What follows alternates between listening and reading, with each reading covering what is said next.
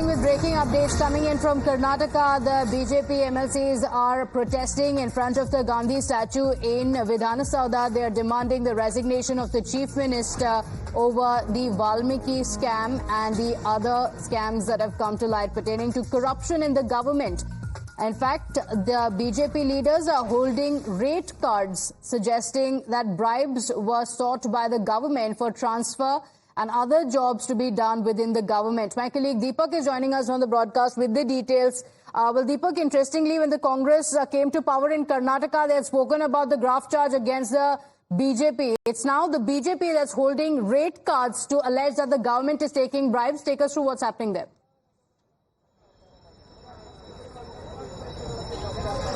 Yes, Pratibha, the protest, of course, being held by the BJP, MLCs here in front of the Gandhi statues just ended. Some of them, of course, still briefing the media here.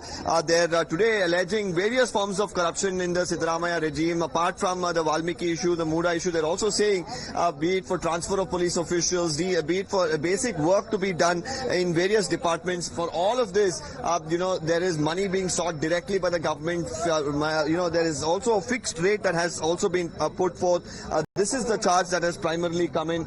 Let's also, in fact, while we talk about all of these aspects coming to the fore, the biggest concern, of course, for the Congress continues to be the pressure that's being mounted by the BJP in the Assembly and in the Council.